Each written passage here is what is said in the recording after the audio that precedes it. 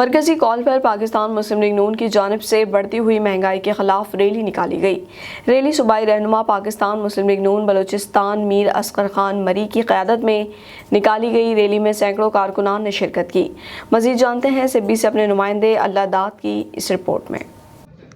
حاجی پاکستان مسلم league نون کے مرکزی کال پر سپی شہر میں بڑھتی ہوئی مہنگائی کے خلاف احتجاجی ریلی نکالی گئی۔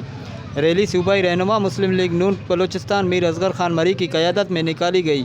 ریلی میں صوبائی صدر جمال شاہ کاکڑ اور عہدیداران کی کثیر تعداد نے شرکت کی۔ ریلی مختلف شاہراہوں سے گزرتی ہوئی نشتہ روڈ پر پہنچی، جہاں پر مقررین نے خطاب کر آج اسٹیج پہ بتاتا ہوں کہ اگر کل غیر جانبدار الیکشن ہو جائے تو مسلم لیگ نون سویپ کرے گا پاکستان کو انشاءاللہ۔